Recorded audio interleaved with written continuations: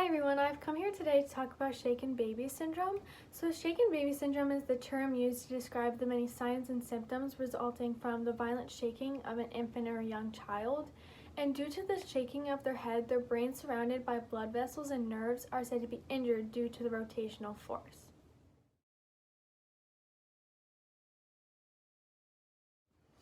So the question is, when can this happen? It can result from a lot of different things. Sometimes your baby will not stop crying and you're trying to rock them and do everything in your power to get them to be quiet, but it's not working. So out of anger and frustration, you shake the baby. Or it can be that if you're picking up a baby without supporting the head along with the neck and the back, it can result in the brain shaking back and forth. Or if someone isn't even gentle enough. When you have a child, you need to be very, very, very gentle with them. And if not, it can result in a lot of serious consequences for your child itself. Sometimes parents can get very frustrated with the different types of cries as well, because it's very hard to figure out what your child is trying to say when you can't communicate with them because they don't know how to speak. So there is pretty much 4 different types of cries. So you have the hungry cry, the cry of pain, the bored or grumbling cry, or the angry cry. They all kind of have different characteristics to them. So I'm going to go ahead and I'm going to explain each of them to you guys. The hungry cry is more of a rhythmically rise and fall, and it's demanding, but it's not desperate. So it can kind of go from low pitch to high pitch, and it can be in spurts at a time. Okay. Next, you have the cry of pain, which is a loud gasp shrieks. Your child is screaming at the top of their lungs. They don't know what to do. They can't handle themselves, so they're very, very loud. The bored or grumbling cry is very low pitch, it's not demanding, and it creases when ignored. So if your child keeps getting ignored and they're not getting the attention they receive, it will get to the point of more of a cry of pain sound. Lastly, you have your angry cry. This is very loud, it's demanding, and it's not a type of cry until about 6 months of age.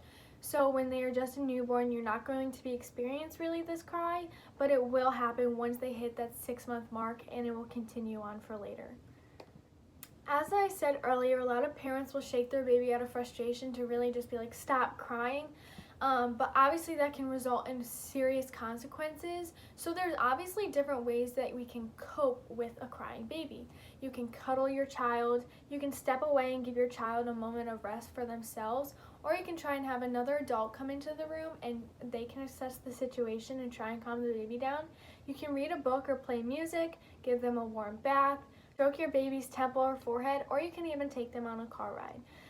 Sometimes that a car ride with the noises and the bumps in the road and just the driving itself can be very soothing for a child, and also it kind of will get you out of the house, get away from distractions. Maybe they knew a new scene of atmosphere because all they see is their house.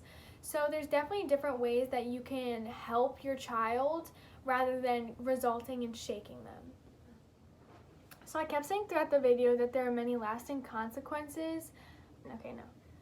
So I keep saying throughout the video that there are bad consequences that can result from shaken baby syndrome. So the real question is, what lasting consequences can this have on your child?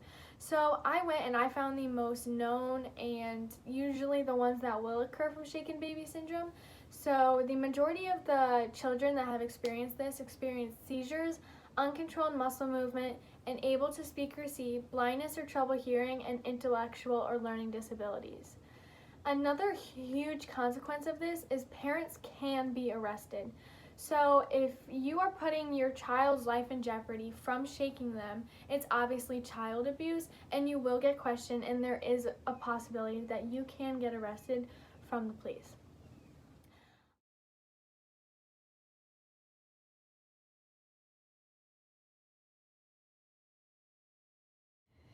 And obviously when you are dealing with young children, it can be very fatal with certain things that you do. So shaken baby syndrome can result in death.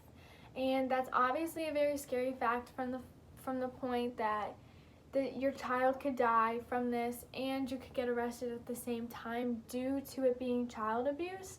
So it's definitely something that we need to pay more attention to. We need to figure out more ways that we can cope with our child crying than getting very aggressive and very upset and shaking your baby. I found a couple of statistics that I wanted to share as well. So the majority of children that are shaken are from men.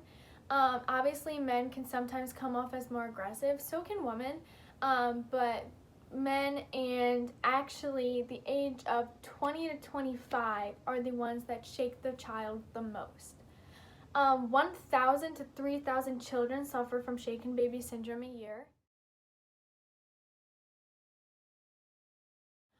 Okay. Obviously, we need to be doing something about this because 1,000 to 3,000 children a year resulting in shaken baby syndrome is a number that's way too high and that should not be happening. We need to figure out new ways for coping methods, and we need to make it aware to so many other people that this can happen to your child. It is proven and it's happened a majority of times, and it does result in such bad consequences for both ends, the child and the parent. So we need to figure out ways that we can help with this situation, and we need to address it to all new parents. And it's definitely something that is very important, and we need to recognize on a daily basis.